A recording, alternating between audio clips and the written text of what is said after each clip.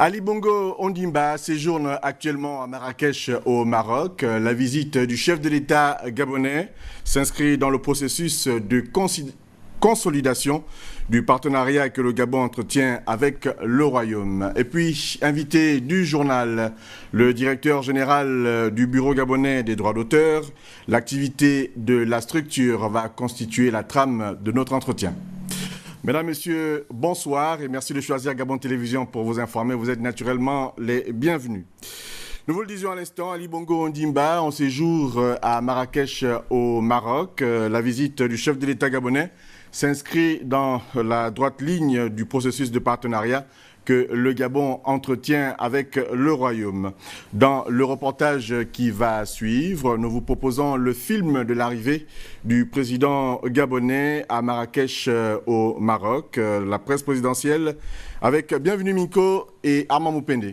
Partenariat, coopération, relations bilatérales.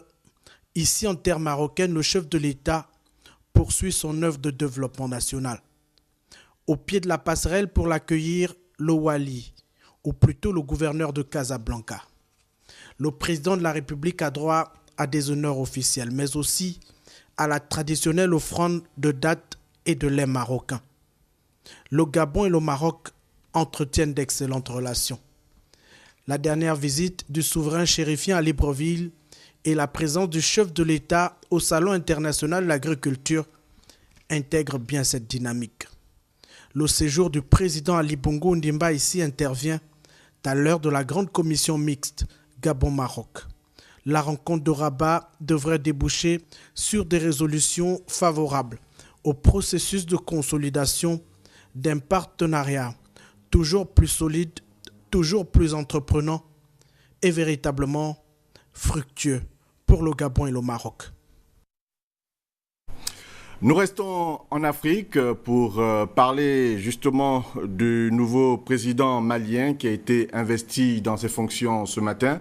Marie-Jo Moussavou, bonsoir. Bonsoir Yves. Ibeka est désormais président de la République du Mali. C'est cela. Une page se tourne au Mali donc avec la passation de pouvoir qui a eu lieu ce matin au palais de Koulouba entre le président sortant du Kounda Traoré et le nouveau maître du pays, Ibrahim Boubacar Keïta, élu le 11 août dernier avec 77% des suffrages. Le président Ibeka, comme on l'appelle au Mali, a ensuite prêté serment au Centre international de Bamako devant la Cour suprême. C'est accompagné de son épouse qu'Ibrahim Boubacar Keïta est arrivé au palais de Koulouba en costume sombre et lunettes de soleil, tenue sombre et stricte pour ce jour solennel de passation de pouvoir avec du Kounda Traoré. Ibrahim Boubacar Keïta devient à 68 ans le nouveau président du Mali. Il est perçu par beaucoup de Maliens comme l'homme de la situation. Il incarne une certaine idée de l'honneur et de la dignité malienne. Il faut dire, Yves, qu'en 2012, il n'était pas le favori des sondages. Parlons également de la France et notamment les Français qui sont opposés en majorité à une intervention militaire en Syrie. C'est aujourd'hui que s'est ouvert le débat à l'Assemblée nationale sur une potentielle intervention française en Syrie. Les discussions ne donneront pas lieu à un vote. La France entend réunir une coalition internationale pour sanctionner le régime de Bachar al-Assad. Si le consensus international commence petit à petit à émerger sur la nécessité d'intervenir du côté des Français, l'opinion est plutôt défavorable à une intervention militaire. Pendant ce temps, le Sénat américain a élaboré un projet d'intervention militaire qui limite une éventuelle action américaine en Syrie à 60 jours et interdit le déploiement des soldats au sol. Le texte a été voté par une commission sénatoriale aujourd'hui. Pour sa part, le président russe Vladimir Poutine a affirmé que Moscou était résolument prêt à agir en Syrie si les Occidentaux fournissaient des preuves de l'utilisation d'armes chimiques par le régime de Damas. On termine avec cette nouvelle, entre autres, triste, mais chacun pourra en juger. Un tortionnaire trouvé pendu dans sa cellule de prison. Le fait se passe aux États-Unis. C'est cela, Yves Gislamitumba, condamné au mois d'août dernier à une peine de prison à vie pour avoir séquestré 3 femmes durant une dizaine d'années. Ariel Castro, c'est de lui qu'il s'agit, a été retrouvé pendu dans sa cellule d'une prison de Loyo. Il faut dire que 1 mois après avoir été condamné à la prison à vie pour enlèvement, viol et torture, Ariel Castro n'a pas trouvé une autre issue que de se donner la mort. Le détenu disposait d'une cellule individuelle dans le quartier d'isolement. Ariel Castro a été transféré dans un hôpital où son décès a été prononcé 1h30 plus tard. Merci Marie-Jo Moussavou. À demain, 20h. À demain, Yves. On revient au Gabon pour parler du ministre de l'Intérieur Jean-François Ndongo qui a donc poursuivi la visite des sites d'enrôlement entamée la semaine dernière. Il était ce matin à Bitam et Oyem, c'est dans la province du Wollentem, au nord du Gabon. Là-bas, Jean-Eric Zengi Mangala et Félix Mudibangoy nous ramènent des images fraîches de cette tournée. Accompagné des techniciens du projet Iboga, des représentants de Gemalto, mais aussi de ceux de la majorité de l'opposition gabonaise, Jean-François Ndongo a visité quelques sites. Première escale, le regroupement de village Melen, entre Oyem et Bitam. 5 seulement. 5 pour toute la journée. Toute la journée. En moyenne par jour, vous avez. En moyenne par jour, bon, là, ils arrivent quelquefois, on arrive à 40. 40. 40, oui. Bon, mais c'est surtout hier, hein. Hier on a fait 43, mais... Vous n'avez jamais dépassé la barre de 50. C'est par rapport à la population, parce qu'ils ne viennent pas construire. Oui, non, donc l'affluence n'a pas permis d'atteindre la barre de 50. Pas du tout. À Bitam, les opérations d'enrôlement se déroulent normalement en dépit des problèmes rencontrés dans tous les centres. Problèmes liés à la nature de la méthode de prise d'image. L'engouement aussi n'est toujours pas au rendez-vous. À Oyem, même si des chiffres encourageants ont été évoqués, les compatriotes ne se pressent toujours pas. Sur les instructions du président et du Premier ministre, nous faisons le tour des chefs-lieux de province pour nous rendre compte des difficultés ou également de l'avancement de cette opération sur l'ensemble du territoire. Il n'y a malheureusement pas d'engouement. Les gens ne viennent pas se faire enrôler. Dans son message, le ministre de l'Intérieur est revenu sur la portée de cette opération d'enrôlement. Ça ne concerne pas seulement les élections. C'est d'abord notre fichier d'état civil. Nous sommes contents, pourquoi? Parce qu'il y a un certain nombre de choses, un certain nombre de précisions que les populations recherchent. La première difficulté, vous l'avez relevé, c'est le manque de sensibilisation. Avec le personnel de commandement, la chefferie locale et les forces de défense et de sécurité, le patron de l'Intérieur a dit que les chiffres sortis de cette opération et du recensement de la population gabonaise pourraient avoir une incidence sur l'organisation du territoire national gabonais. Important à signaler, au cours de cette visite, le ministre de l'Intérieur Jean-François Ndongo a réaffirmé la fin des opérations d'enrôlement au 15 septembre prochain. Compte rendu, Jean-Eric Zengi Mangala, Félix Mudibangoy. Démarré le 30 juillet dernier, les opérations d'enrôlement à l'effet de constituer la liste électorale biométrique s'achèvent le 15 septembre prochain. En réitérant ce message, Jean-François Ndongo espère lutter contre la pratique des compatriotes qui ont donné la vie dure à des attitudes de retardataires dans ce genre d'opérations des années durant. Je confirme que nous ne pouvons pas dépasser la date butoir du 15 septembre. Nous n'allons pas accepter la gabonite qui veut que c'est vers la fin de l'opération et que les compatriotes commencent à aller vers les sites d'enrôlement. Il faut donc tenir les délais fixés par la Cour constitutionnelle. Le temps de l'enrôlement doit être respecté et quoi que l'on dise, les opérations se déroulent normalement. Normalement, tout se passe très bien, en dépit de quelques difficultés constatées. Et dans ce cadre précis, le ministre a prévu de prendre des dispositions particulières au niveau de Libreville pour essayer de juguler ces difficultés. Même si ces opérations d'enrôlement pour la constitution du fichier d'état civil doivent se poursuivre après la production de la liste électorale biométrique, le camp de l'opposition pense qu'il faut jouer les prolongations pour avoir un maximum d'électeurs. Nous croyons également qu'il serait important, peut-être d'augmenter et d'allonger la durée de l'enrôlement, parce que l'information, la sensibilisation n'est pas peut-être à son maximum. Il y a des gens qui ne connaissent pas encore à quel endroit il faut aller. Et la loi autorise, Monsieur le ministre, à donner 15 jours supplémentaires. Et nous espérons que le ministre accordera aux Gabonais ce délai supplémentaire. Cette tournée se poursuivra la semaine prochaine. Nous reparlerons d'enrôlement et bien sûr de biométrie avant la fin de cette édition d'information avec les opérations de sensibilisation réalisées par les honorables députés et même les responsables des partis et politiques. Pour l'heure, vous le savez, chaque premier mercredi du mois au Gabon est consacré à la journée citoyenne, une journée au cours de laquelle la ville est censée être nettoyée.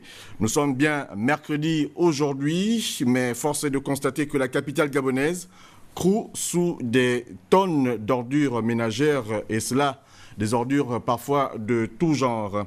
La situation suscite plusieurs interrogations. Alors, question, que devient donc la journée citoyenne? La société commise pour le ramassage d'ordures ménagères a-t-elle finalement démissionné? L'analyse de Joyce Lorna Awangi Ekiri et Jean de Dieu Mambundu qui ne vont pas avec le dos de la cuillère. Libreville, ville propre, est devenue Libreville, ville sale et même très sale. Tas d'ordures sur les chaussées, tas d'ordures aux abords des écoles, des marchés et même dans les carrefours. C'est le triste visage que présente notre capitale depuis plusieurs semaines déjà.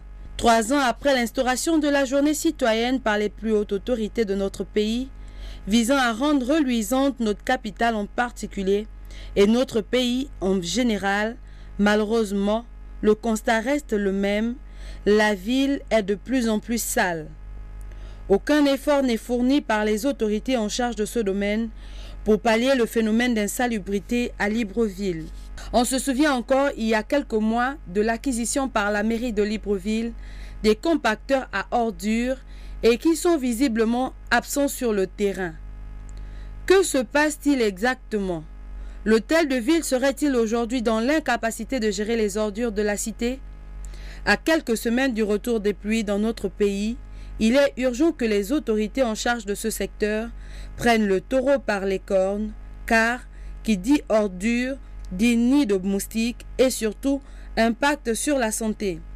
On ne cessera de le dire, la propreté est la base de toutes les conditions hygiéniques. Clean Africa, c'est la société qui a donc succédé à Sovog, l'ancienne société d'assainissement d'ordures ménagères de la capitale gabonaise. Clean Africa est donc en place depuis octobre 2012. La question que se posent nos reporters, c'est bien que se passe-t-il donc à Libreville en ce qui concerne la gestion des ordures ménagères. Lorna Awangi s'est donc rapprochée du directeur d'exploitation de Clean Africa, Guy Mathurin Biogo, pour en savoir un peu plus. Il faut dire que la ville, nous le reconnaissons aujourd'hui, est plongée sous des tas d'immondices que nous tâchons tant bien que mal d'évacuer. Bon, vous savez qu'il n'y a pas longtemps, il y a l'État qui a intégré à 70% des parts la Sovog. Et donc, des décisions sont communes. Hein. Donc, aujourd'hui, la Sovog n'est plus seul décideur. Donc, les moyens viennent de part et d'autre. La Sovog s'est dotée de 8 compacteurs monoblocs que vous pouvez apercevoir derrière moi et autour de moi. Un de ces compacteurs a déjà été déposé à l'endroit appelé échangeur de Lalala. Il est en service depuis plusieurs mois. Nous avons reçu toutes les autorisations. Nous avons récemment reçu une autorisation express du ministre de l'Intérieur qui nous a donc recommandé de procéder à la disposition, comme cela est prévu, de ces différents compacteurs sur des sites qui sont déjà désignés et où sur l'un nous avons mené déjà des travaux et donc nous avons déjà également reçu de certains prestataires de services travaillant avec la SCG, donc des devis pour l'électrification des sites en question. Bon, nous sommes confrontés à une difficulté, c'est celle que vous pouvez imaginer, c'est le foncier.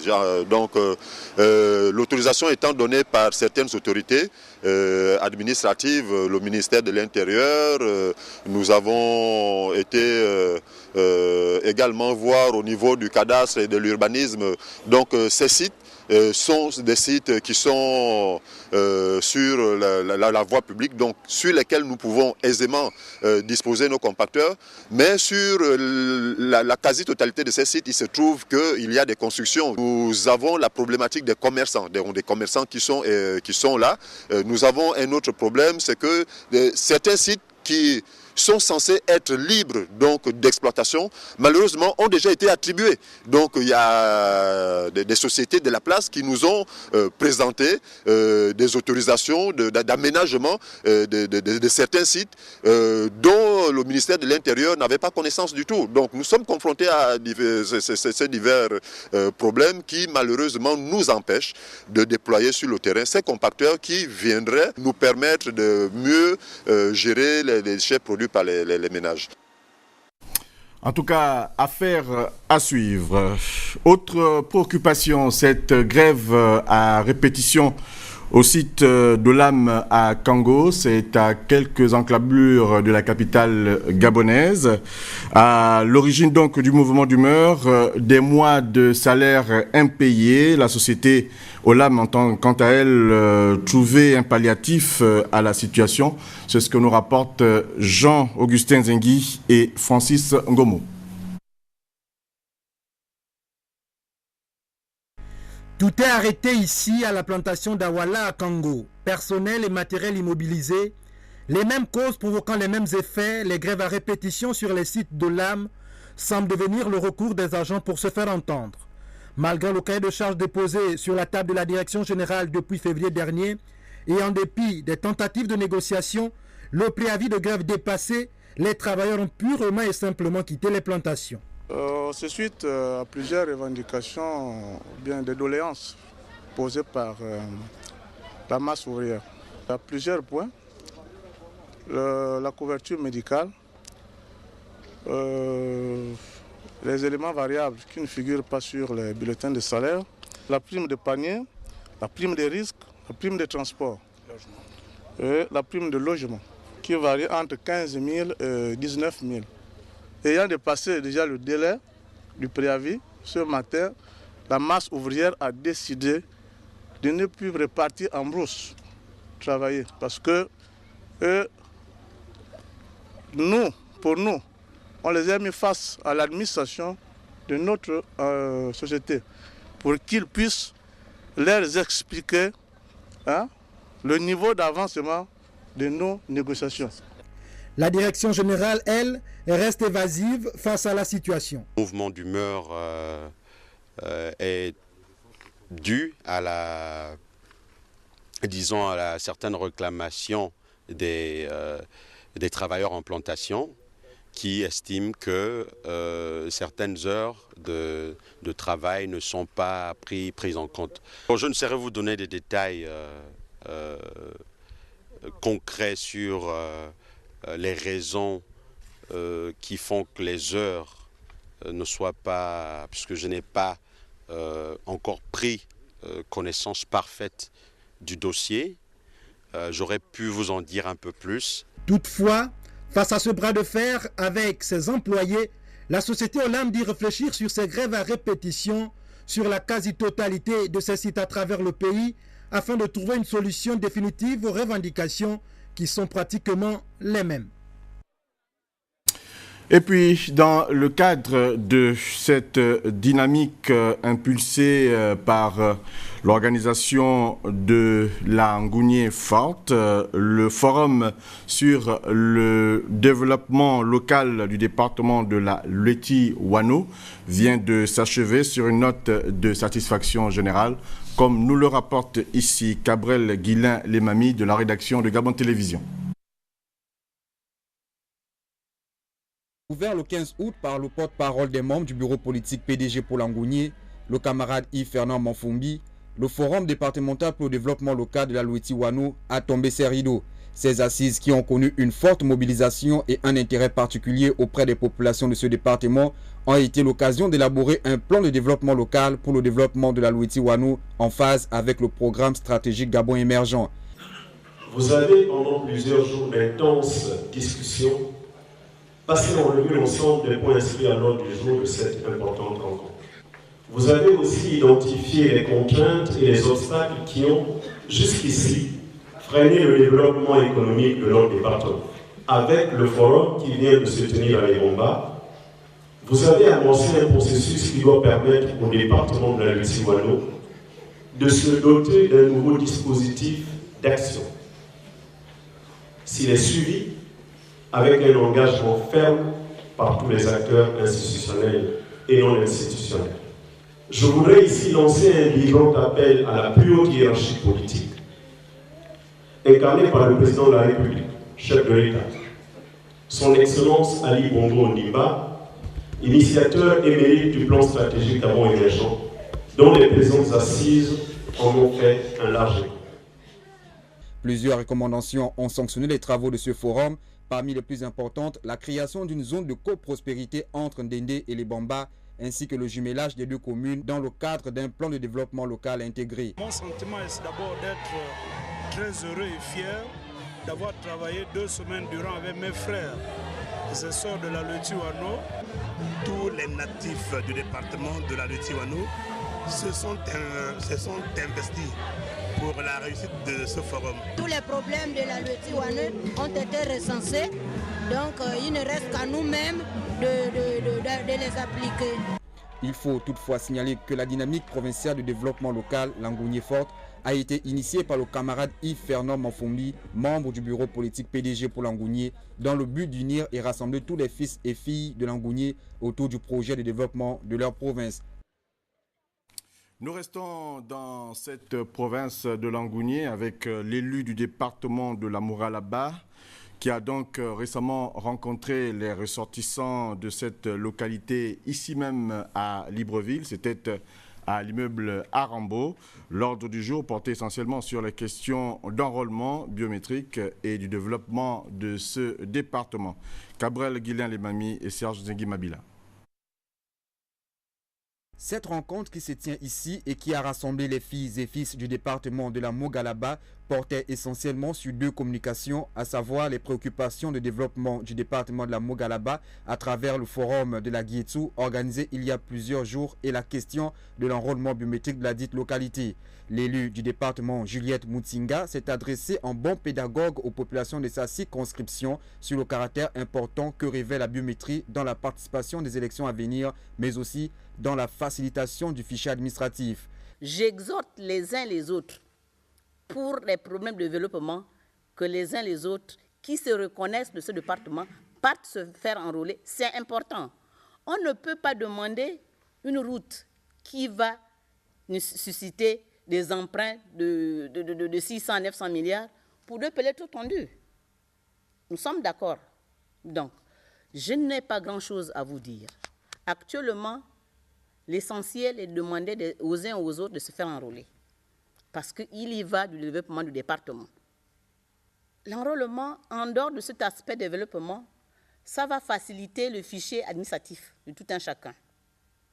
Vous pouvez égarer votre acte de naissance, mais ayant vos données biométriques dans un central, vous allez dans n'importe quelle préfecture, il suffit qu'ils sortent, vous aurez votre fichier d'état civil. L'élu du département de la Mogalaba en appelle à une grande mobilisation des populations à l'enrôlement biométrique à quelques jours du programme arrêté par le ministère de l'Intérieur. Dans la province du Haut-Ogooué, nous sommes au sud-est du Gabon. Les membres du bureau politique du Parti démocratique gabonais, originaires donc du département de Lékoni-Lékori, étaient en tournée dans cette localité. L'enrôlement biométrique et la redynamisation du parti ont constitué les points focaux des échanges. Au cours de cette tournée, c'est ce que nous rapportent Ahmed Mouyaka et Fabrice Leboumba.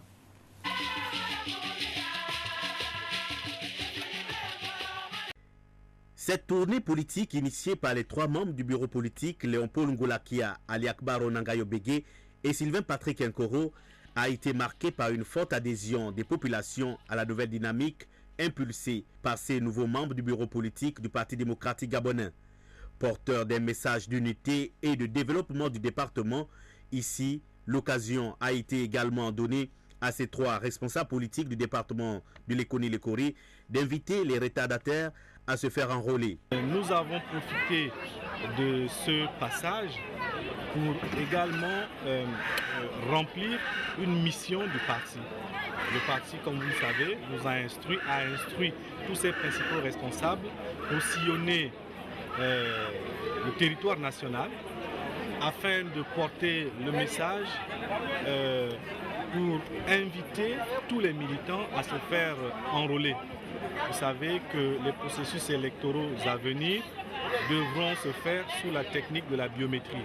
Village après village et dans tous les quartiers de la commune d'Akeni, les populations du département de Lékoni-Lékori ont communié et échangé avec ces 3 responsables politiques issus du dernier congrès du Parti démocratique gabonais.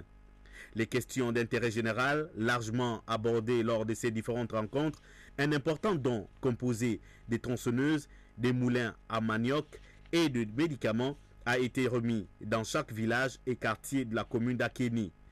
Cette tournée politique vise également à redynamiser le parti dans le département.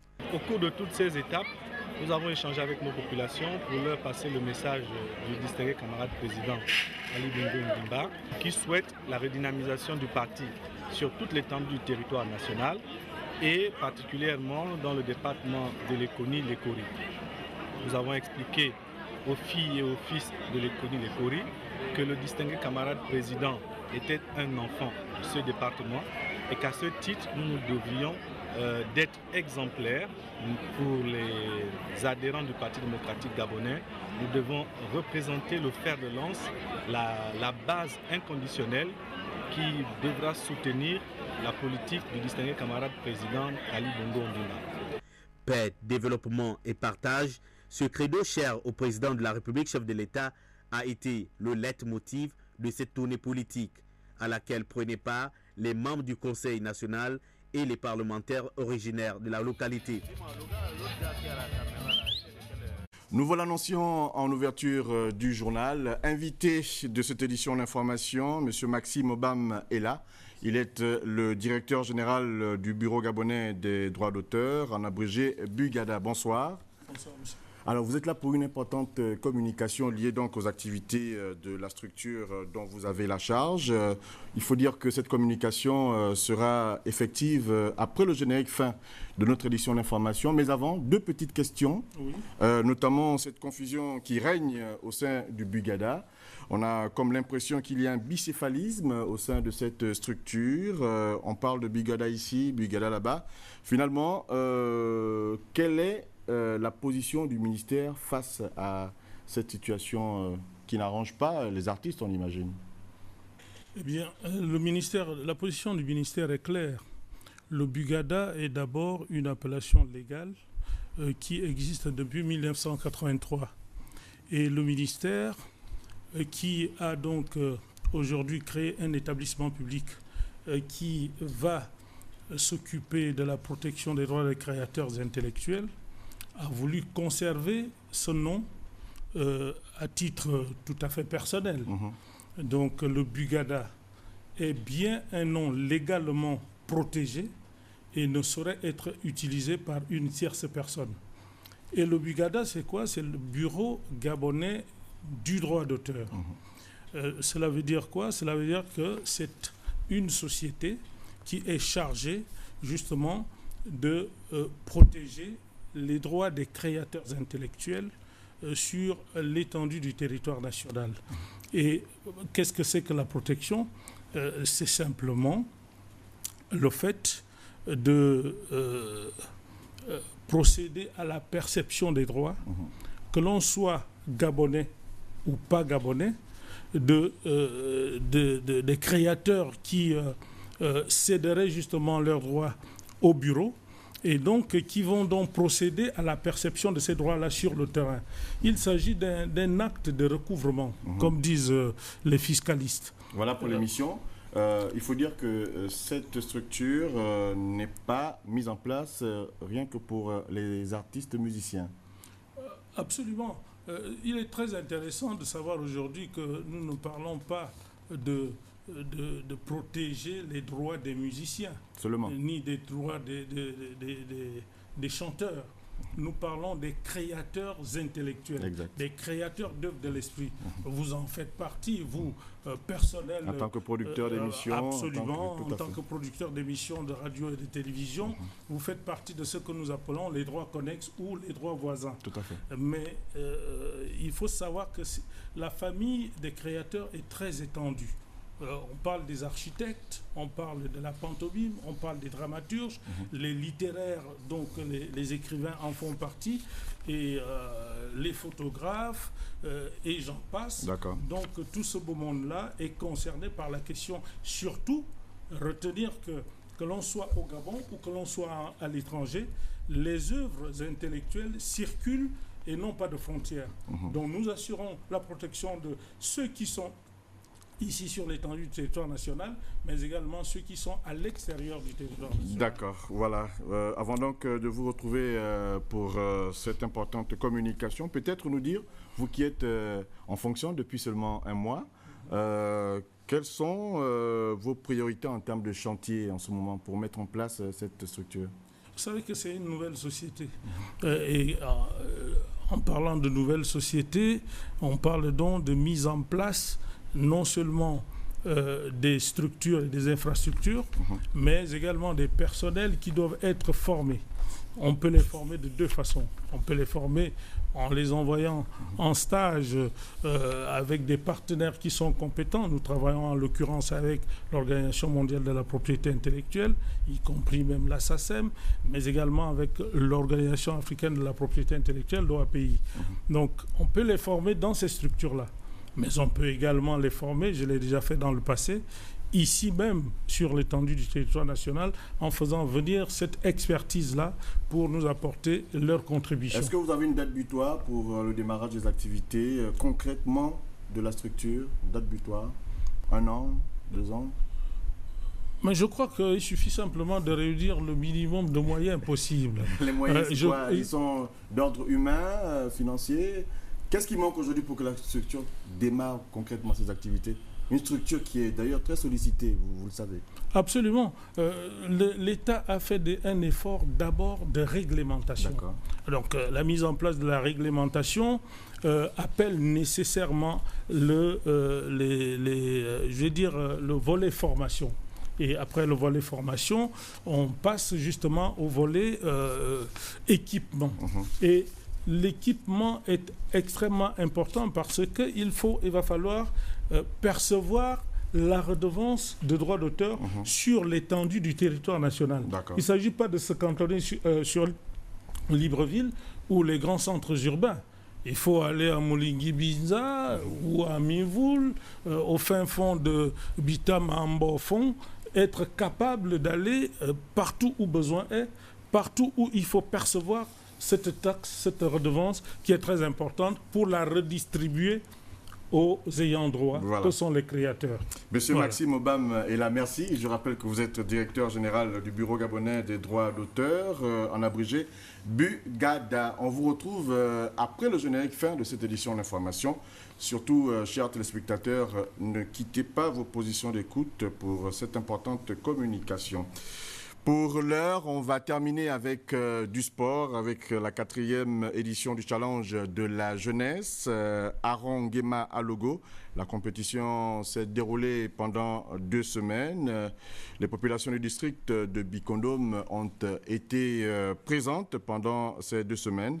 Des matchs très disputés. Au finish, la victoire de Bikondom FC. C'est ce que nous rapporte Raïssa Lormedza sur des images d'amateurs. Pour la 4e édition du challenge de la jeunesse, le stade Aron Nguema à Logo d'Avelement a reçu les équipes engagées et les supporters pour les premières phases de jeu. Organisé par la Fondation Aron Nguema à Logo et les cadres du Parti démocratique gabonais, Luc Aredas a enregistré Zamdazou, champion en titre, Bikondom, Avelement, encore et bien.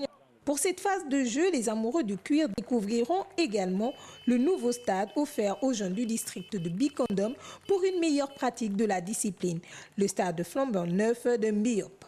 Stade baptisé Gabriel Edzondon, du nom de l'heureux bienfaiteur qui veut ainsi accompagner la jeunesse. Avant le stade, il y a d'abord eu l'école qui est derrière vous. Et maintenant, il y a le stade. En fait, je joue mon rôle d'aîné.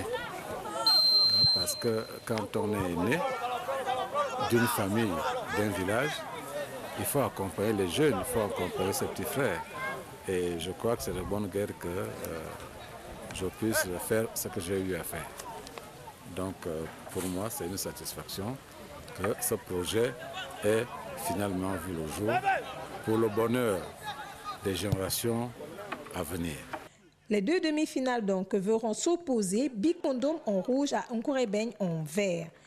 La première citée l'emportera sur la deuxième sur la marque de 2 buts contre 0. En deuxième heure, c'est Avemelang qui sera victorieux de l'équipe tenante du titre Zamdazou. La finale, très attendue par la population présente au rendez-vous, mettra aux prises Bikondom en bleu et Avelement en rouge. Pour Firmin Maurice Nguema, parrain et membre du bureau politique, le fair play doit prévaloir. Je vous demanderai tout simplement aux uns et aux autres, que ce soit les supporters des 2 équipes, les responsables des équipes et les joueurs, de faire montre de fair play. Parce qu'en définitive, ce qui va rester, c'est le souvenir d'une compétition qui a entraîné pendant près de 2 semaines les jeunes et les natifs de Bikondom. À la fin de ce match, il n'y aura ni de perdant ni de vainqueur. Il n'y aura que Bikondom qui aura gagné parce que nous avons pu faire jouer pendant 2 semaines les jeunes de notre district. Le coup d'envoi donné, les équipes affichent tout de suite leurs ambitions. Bikondom, sur un centre bien repris par son attaquant surnommé Jonathan Pitroapa, surprend le portier des Rouges et ouvre le score. Avelement égalisera et les tirs au but départageront les 2 formations. Hélas, le caméraman amateur nous privera de ce but d'égalisation et des tirs au but. Il nous offre cependant la remise des trophées. Fin de cette 4e édition, mission accomplie pour Gabriel Edzondon, Firmin Maurice Nguema et l'ensemble des organisateurs. Prochain rendez-vous 2014 sur les mêmes installations. Sur le plan international, nous allons parler des Jeux de la francophonie dans leur 7e édition. Jeux qui démarrent donc samedi prochain à Nice, en France. Sur ce plateau, Hank Mourkambo, il est responsable presse des Jeux de la francophonie. Bonsoir. Bonsoir Yves. Vous êtes là pour nous parler de la participation gabonaise essentiellement. Voilà, je suis là pour parler, pour dire qu'effectivement, le Gabon va prendre part au 7e Jeu de la francophonie avec 2 volets, un volet culturel et un volet sportif. Donc au moment où je suis en train de parler, la délégation gabonaise, les sportifs et les athlètes sont à l'aéroport pour s'embarquer sur Paris avant d'aller sur Nice le lendemain matin. D'accord, alors c'est une délégation forte de combien de personnes à peu près et quelles sont les disciplines présentes? Bon, les disciplines présentes, il y a le football qui est déjà sur place à Paris, il y a l'athlétisme, il y a le judo, le handisport malheureusement ne sera pas là. Et il y a dans la partie culture, il y aura la photographie, il y aura la danse des rues, donc représentée par Unkno Dimension, il y aura la danse des créations représentée par la compagnie Danse Fée, il y aura également, c'était la photographie, il y aura également la peinture et la peinture. Alors, c'est une participation juste pour participer ou bien le Gabon a quand même ses chances de remporter quelques médailles? Quelles sont les disciplines où on peut quand même espérer? Au vu des moyens que le ministère de la Culture et des Sports a dégagés, je pense que le Gabon a de fortes chances de remporter des médailles. Parce que, pour parler de la littérature, il y a la jeune Romba Imoni à 14, qui avait, lors de la 6e édition, à l'âge de 14 ans, qui était très présente, qui avait influencé le jury. Et aujourd'hui, elle sera la plus jeune candidate des Jeux avec 17 ans. Donc, on peut également compter sur elle. Au niveau de la danse des créations, la compagnie Danse Fée était au Burkina Faso, où elle a pris part à un séjour de création, et au niveau de la danse de rue, donc la danse hip-hop, il y a une américaine qui est arrivée pendant 10 jours et qui a pu mettre en jambe les danseurs gabonais. Donc, au vu de tout cela, on peut dire que en matière de culture, il y aura, on espère revenir avec des médailles. Également en matière de sport, parce que également, ce sont des gros moyens que le ministère a mis en place, et on part confiant que le Gabon rapportera au moins 3 médailles. D'accord. Peut-être un mot à l'endroit des téléspectateurs qui nous regardent actuellement? Un mot à l'endroit des téléspectateurs qui nous regardent, c'est que en fait, les Jeux seront retransmis avec notre partenaire Gabon Télévision et d'autres chaînes qui vont nous accompagner. Et effectivement, nous allons dire que au niveau des Jeux, il y a une équipe de précurseurs qui est déjà sur place et qui attend en ce moment les sportifs et les artistes qui vont partir, qui sont en train de partir ce soir, et les officiels partiront demain. Également, il faut également dire que le Gabon sera présent à travers un stand.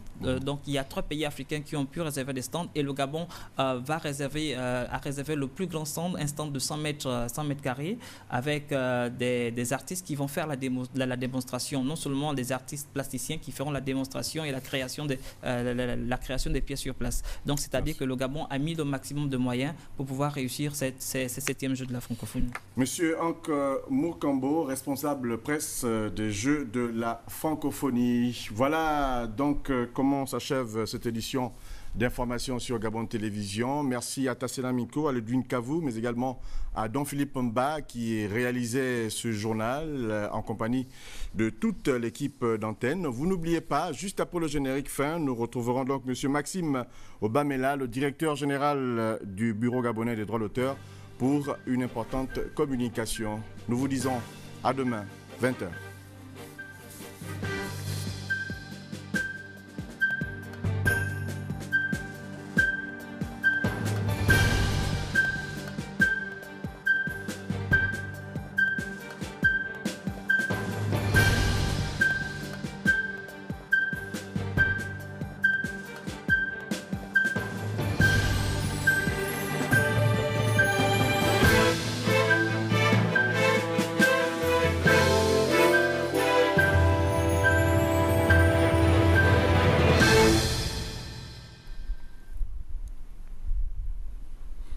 Communication du ministère chargé de la culture sur la question de la création du Bureau gabonais du droit d'auteur et des droits voisins en République gabonaise. Sur instruction de son Excellence, Monsieur le Président de la République, chef de l'État, le gouvernement de la République a entrepris des réformes concrètes dans le secteur de la propriété littéraire et artistique. Il en résulte la création d'un établissement public à caractère administratif chargé à titre exclusif de la protection et de la perception des droits des créateurs d'œuvres de l'esprit sur l'étendue du territoire national. Cet établissement conserve la dénomination Bureau gabonais du droit d'auteur et des droits voisins, en abrégé BUGADA, en ce qu'elle demeure sa propriété légale, officiellement consacrée depuis 1983. Pour sa mise en œuvre, Un ensemble de textes réglementaires a été élaboré et adopté avec l'aide et à l'assistance des organismes compétents du système des Nations Unies et de l'Organisation africaine de la propriété intellectuelle, OAPI. D'autres moyens sont préconisés pour que la structure de gestion collective du Gabon réponde valablement aux impératifs de l'heure et, surtout, aux normes de l'Organisation mondiale de la propriété intellectuelle, OMPI.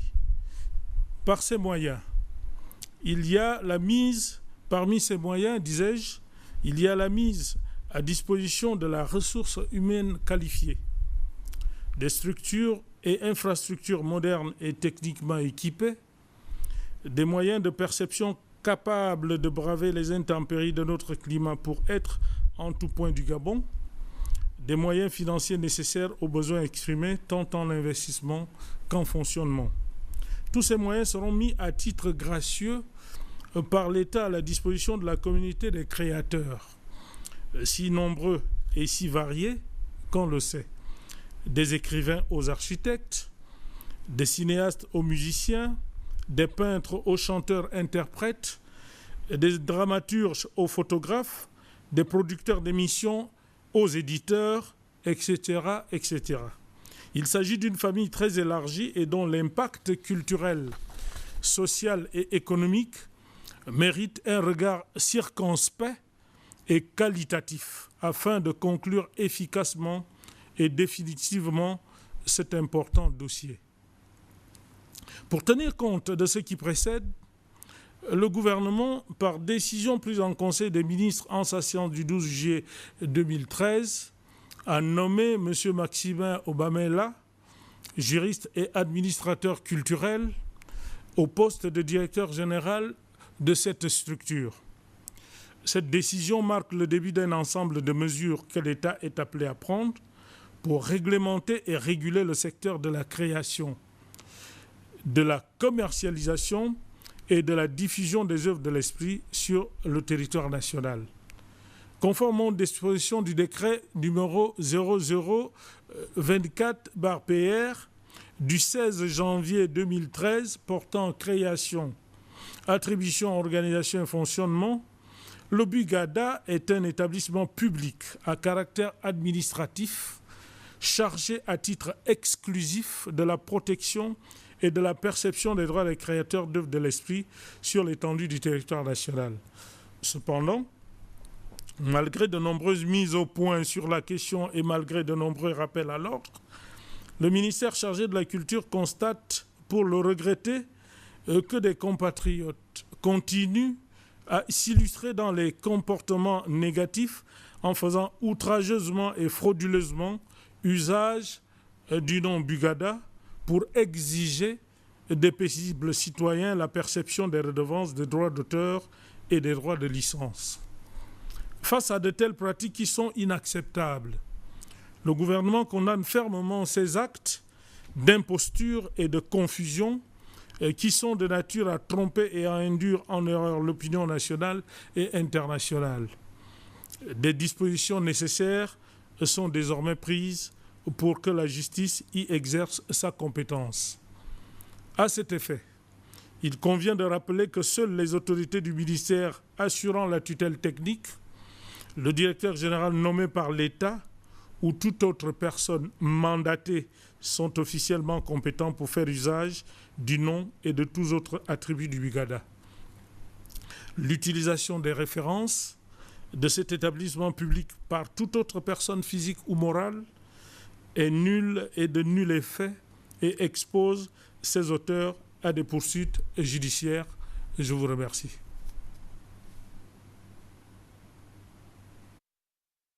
Est un devoir, une seconde naissance à la citoyenneté gabonaise. Une